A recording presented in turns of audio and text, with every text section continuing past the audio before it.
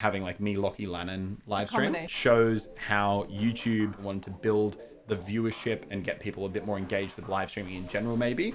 But now...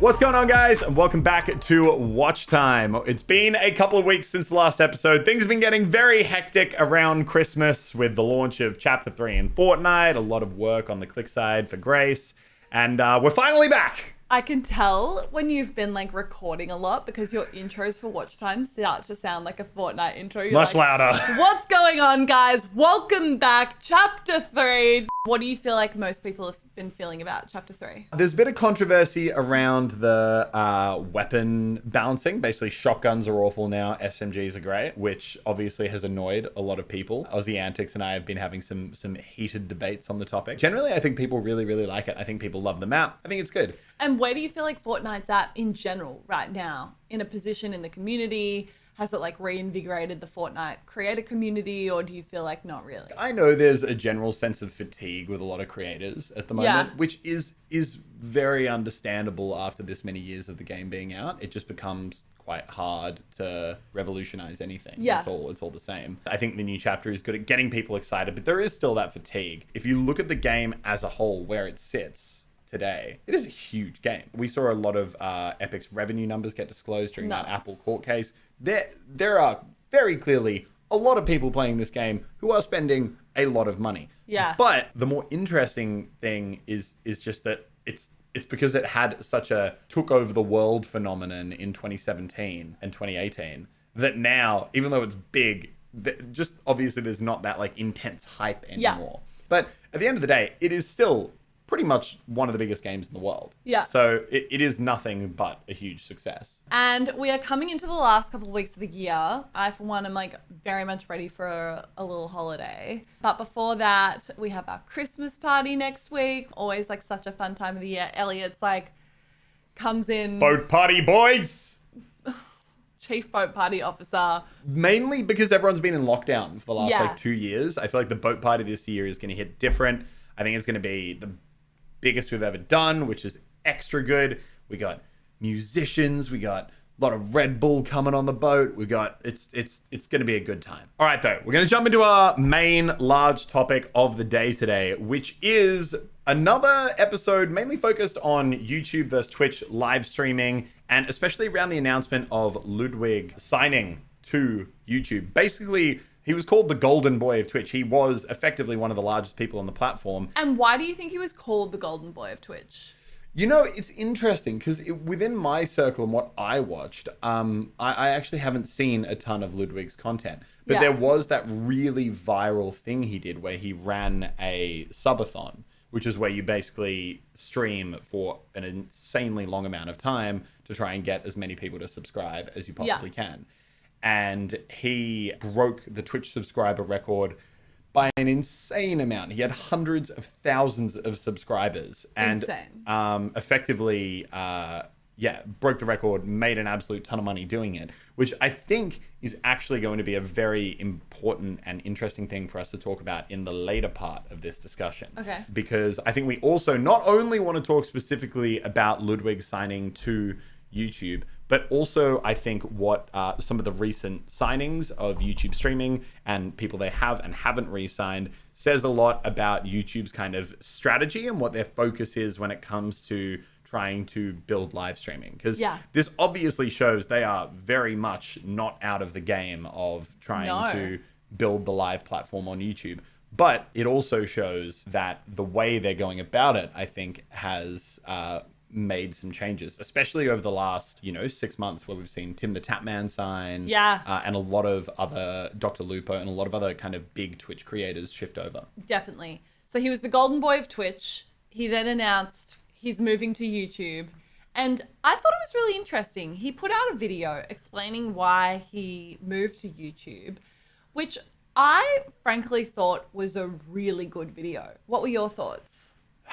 I always find those videos kind of weird. Like, But do you not think that they do kind of owe it to the audience, or no, you they understand why they want do, to do it? but they do. Like, I get why they owe it to the audience, but they're always like, oh, it was the copyright issues with Twitch, or it was, I didn't feel respected, I didn't feel, loved and appreciated. When at the end of the day, it's the bag. Yeah. Like, you may as well make Why I Moved to YouTube and just hold up a big giant check with $10 million written on it and be like, okay, thank you for watching my video. I have to say, though, I thought he came across really well. Like, I have not watched his content really in the past. I thought the way he spoke was really compelling. It didn't feel like there was a whole lot of cuts going on or anything. Yeah. It felt like quite, I thought for a YouTube video, it was like a slow pace to the video, which made it feel more considered, I think, as opposed to these like super jump cutty, excited, kind of videos. You know what I mean? It was like there were long pauses there where he seemed to be gathering his thoughts. And I feel like I was like, I can tell why you're a streamer. But he did, to kind of recap on the video, if you haven't seen it, he didn't skirt around the fact that obviously he's earning a lot of money and that was a factor.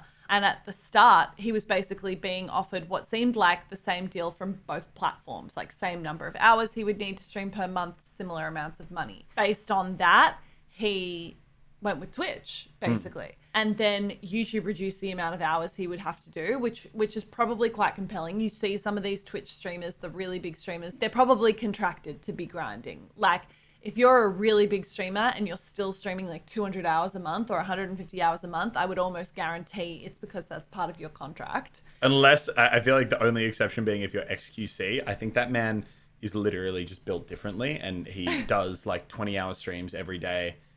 He's weird. Crazy. Different human. So I feel like a reduced amount of hours is compelling. Therefore, it means you're getting paid more on an hourly basis. Yep. But I thought he did make some really interesting points around the fact that he didn't feel loved by Twitch. Which is he loved Twitch, but he didn't feel that reciprocation. And you know why I find that so interesting is I think for a few different reasons. Number one, you hear that actually pretty consistently from a lot of big streamers.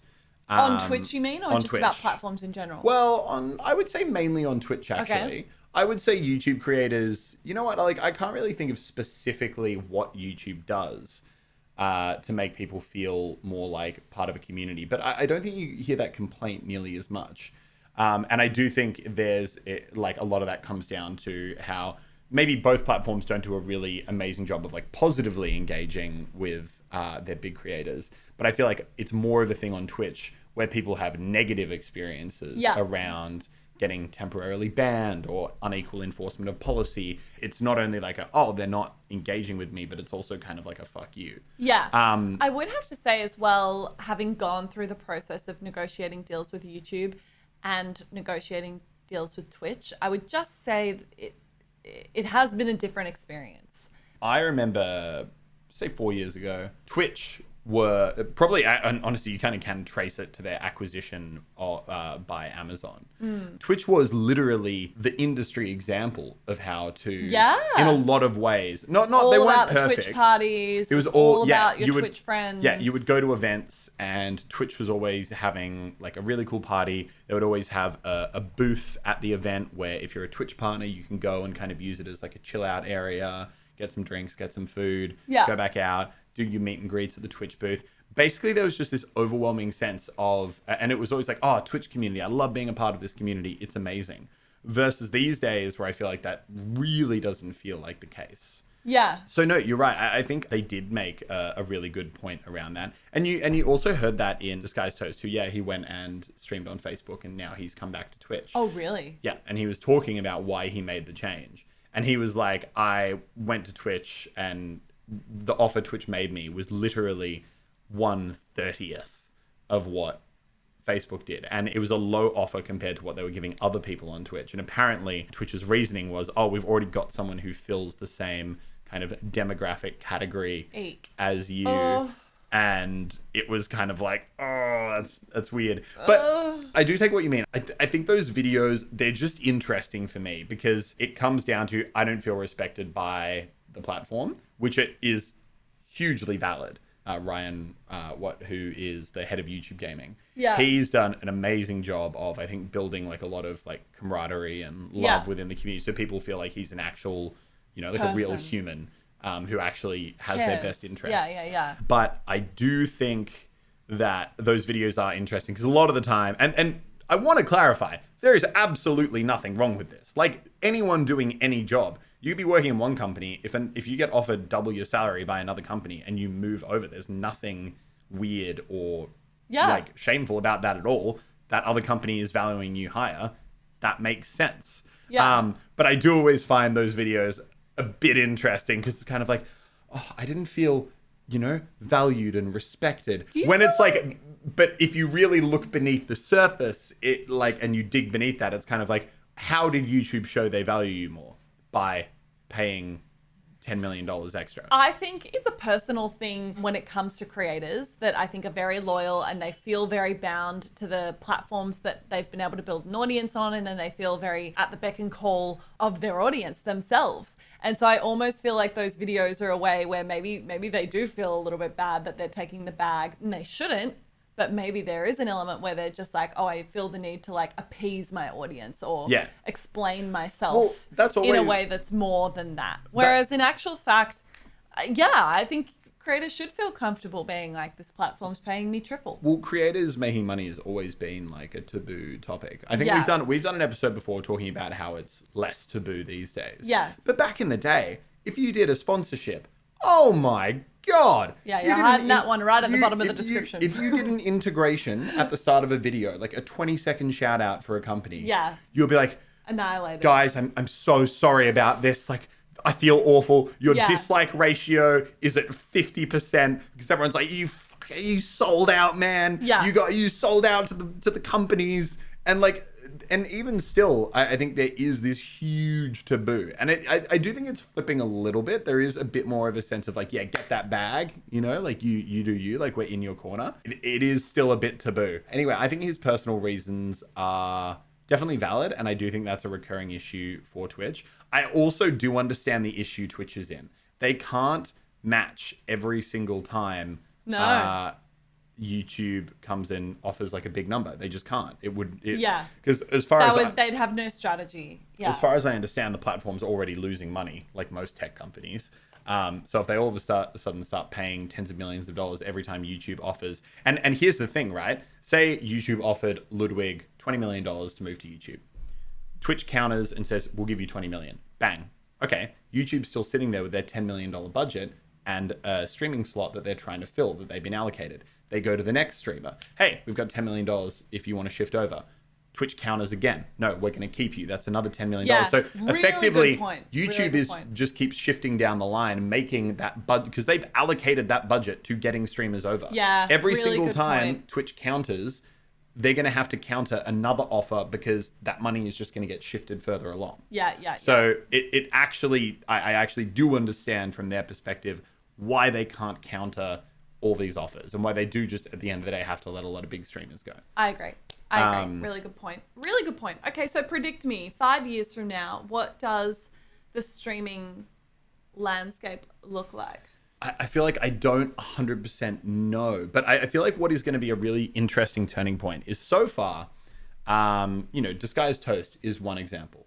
That's and so as the examples that happened with Mixer when Mixer shut down. There are a lot of examples of platforms buying out creators to come to their streaming platform from Twitch, Facebook, Mixer, where they come over for the duration of their contract with that platform. And then when that contract ends, they return home to Twitch. There are, as of yet, no examples of a Twitch streamer who has gone from Twitch to YouTube, had that contract wind up, and then go back. True. Now, that's largely because everyone who has come from Twitch is still under contract. Yeah. But I'm going to be very interested to see, because I can't imagine they would just keep renewing these streamers' contracts indefinitely. No. So I'm interested if Courage, for example, if YouTube's like, okay, it's been great. We've funded you coming over to this platform for say 3 or 4 years. We would love it if you stay, but ultimately we're not going to be paying flat fees anymore. Yeah. Do you want to, will he stay or will he go? And I actually think Courage would stay. And I would say Valkyrie would stay as well because her concurrents on YouTube are insane. Insane. I actually think that YouTube will do quite a good job of retaining the live streams they're bringing Yeah, over really good because point. their platform has the size. I think that while it doesn't quite Has have the audience. doesn't quite have the functionality and the community sense yet that Twitch has, but Yeah. I do think they're getting there very quickly. And I think people can see the long By game. YouTube standards. And people can see the long game. And I've said this since day one of the streaming war. At the end of the day, if there is going to become one online VOD and live video service that is going to emerge on top, it is a lot easier for YouTube to become a streaming platform than it is for Twitch to become a VOD platform. Absolutely So agree. it does ultimately make sense for me that YouTube wins the streaming war. I think the other really interesting topic to talk about here is from when YouTube initially started their live streaming kind of pulling people over from Twitch and really going hard on it to where they are now, how their strategy has changed around what's important. Because obviously I am still doing a streaming contract with YouTube, which I won't be doing next year, but I still do plan on live streaming. And then you've also got Lachlan, who announced recently he had his 2-year contract that has now come to an end. He's not really going to stream anymore unless it's for like live events, maybe. Yeah. Has he been uploading? He didn't upload for a month. He started uploading at the start of the new chapter. Yeah. I don't know if how regularly he'll keep uploading. And then Lannan as well, obviously. He had his streaming contract, which has now come to an end.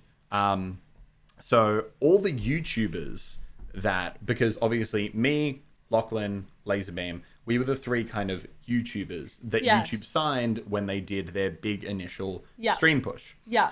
And then at the same time, they also signed Valkyrie and Courage to come over from Twitch. Yeah. Now, after those initial 2-year contracts have ended, they've gone, okay, Muzelk, Lockie, Lazarbeam, it's been great to have you. Love it. Ciao. Goodbye. Ciao. God damn it, Ryan. But meanwhile though, they've clearly, I think, said, okay, Valkyrie, we want to keep going, obviously, because holy crap, she's blown up. Yeah. And same with Courage. And then on top of that, they've since signed Dr. Lupo, Tim the Tap Man, and now I'm literally mental blanking on his name. Ludwig. Ludwig. Dr. Disrespect. Well, then, is a man abandoning ship and jumping on a life raft the same? Is your monthly reminder that we still don't know. We still don't know. Okay, but the Dr. Disrespect move, I don't know if that was like as much a strategic acquisition as it was like YouTube being like, well, hey, you've just jumped off the Come here, young man. You've just jumped off the HMAS Twitch. We have a life raft. Would you like to get in? I think that's a good little analogy, Elliot. Thank you. To be clear, we don't know that that's what happened. No. But I like the analogy. Yeah, thank you. But you can basically see they've suddenly gone There's been a little pivot in the strategy from making YouTubers into streamers to taking streamers from cross-platform and bringing them onto YouTube. And it's really interesting to me for a few reasons, because I think there's one big takeaway that I think I've realized from what YouTube's done here, their strategy change, and what that all means, what their focus is. Yeah. Because if you really compare live to VOD, and if you compare Twitch to YouTube, what is the big advantage that Twitch has? Because it's not size, it's not viewership, it's not pretty much anything. But the one thing Twitch has is spend per viewer. So on YouTube, for example, if you're an average viewer on YouTube, let's say you're not a member of YouTube Red or anything like that, is it YouTube Premium now or YouTube Red? YouTube I forget. Premium. If you're not a member of that, then effectively every time you watch a video, you're worth about 0.1 cents, assuming you don't have ad block on. So if you watch 100 videos a month, you're worth 10 cents, doing my math right, to YouTube. But if you're an average Twitch viewer, let's say you're subscribed to 3 or 4 different channels. Yeah. Let's say you donate to a few different people. Twitch taking 50% of most of that, or 30%. True. Every viewer on Twitch is worth several dollars to the platform, as opposed to 10 cents on YouTube. So what YouTube's real goal, I think, with live streaming is... That also makes me realize how valuable it is for creators if you have a premium membership. Exactly. Which I didn't realize was now $20 a month. Yeah, effectively, if you have premium spending viewers like that, every viewer is worth a magnitude of 100 times more. And the thing is, live content is definitely the way to push that type of product because people get to donate and get immediate reaction and recognition. True. Same with subscriptions to the channel, live chat, having access to that, all those things. So I really think what all these changes showed, which I think we kind of knew from the start, the real interest YouTube has in live streaming, even though it makes up only a fraction of their overall watch time, is how it drives more active spend on the platform. Yes. And people, once they've got their credit card info into a platform, next time that YouTube Premium thing pops up, hit subscribe, new channel, hit subscribe, all that kind of thing. You're increasing spend. And I think what YouTube realized is that YouTube viewers don't have a culture of spending. So you can have someone like me or Lazarbeam do a live stream, but at the end of the day, we're live streaming mainly to YouTube viewers. And of course, we've got some really like great fans who will still subscribe and still do donations and engage in that way. But the vast majority won't do that. And why do you think it's not the culture, or why do you think Twitch does have that culture? Well, I think it's very much a live stream culture. And I think it's just a way to engage with live content. And I just don't, if you're someone who typically watches videos on YouTube, that's just not how you engage. I think what this shows, because obviously Lanham was pulling really good views. Like we were still, like us YouTube live streamers, the viewership was still really good. But I know for a fact that like Courage, for example, he had more active memberships, like subscriptions on his channel after live streaming for like a month than Lazarbeam did after several months. Yeah. And that was and he didn't even have a $1 membership tier, Courage. He only had the $5 membership tier. So it's really, I think what YouTube's realized is they really want to push these products and they really want to get more active spending people on the platform. And they're trying to build that culture of becoming a member, gifting a member, donating, community, all that kind of thing. And I think they've realized that when they sign a Twitch streamer as opposed to a YouTuber to do streaming, they're bringing fresh audience that will spend money. Exactly. And even if they're only bringing over a fraction of the audience, like say, because obviously when you switch platforms, your whole audience is not going to follow you. It's just not realistic to expect that. But say they only bring over 10% of their regular viewing audience. That 10% is worth so much more, way more, than a YouTuber's audience that might be 10 times the size. Ultimately, interesting. What's so interesting about the Ludwig signing, he was the guy who did the subathon where he broke the all-time Twitch subscription record. So he was not only the golden child of Twitch, he was the golden child and the poster boy for having an audience that will spend on Twitch. On alternate monetization products. Yeah, exactly. YouTube went straight to the top of that segment. That was kind of the point I just wanted to make, is I think it's really interesting, and I think it shows how YouTube, they've kind of done the whole live streaming thing. I think they wanted to build the viewership and get people a bit more engaged with live streaming in general, maybe, with having like me, Lockie, Lannan live stream. Combination. But now their real focus is pulling in viewers and content creators who have active audiences that like to spend money. I think this has actually been a really interesting conversation to dig more into beyond just a big audience. What is YouTube looking for in their strategy, and what are the signings that they've made in the last 6 months reveal about where the platform is heading and where they're going? And I think it definitely seems as though alternate monetization products, and by that I mean donation, subscriptions, that sort of thing, is a focus for them. And how can they start to create a culture where people are spending more on YouTube and the platform is better able to monetize? Maybe we can get Ryan on the podcast and he can give us some more insight. I think regardless, we can kind of drill into what it looks like the focuses are. And let us know what you guys think. If you are watching streamers on Twitch or YouTube, like tell us if you do spend and like what influences your thinking. Why do you want to do that for some people and not for others? This was one of my favorite conversations we've had this year. I really liked it. I really, very interesting. Good. Alrighty. Well, guys, thank you for watching. Sorry that we were away for a couple of weeks, but we are now back, and hopefully we're going to be able to keep things going over Christmas as well. We might have a week break in the middle there if we fly off somewhere. But as always, thank you for watching. Rate, comment, subscribe, all the good stuff. We'll see you guys in the next episode. Bye. Bye.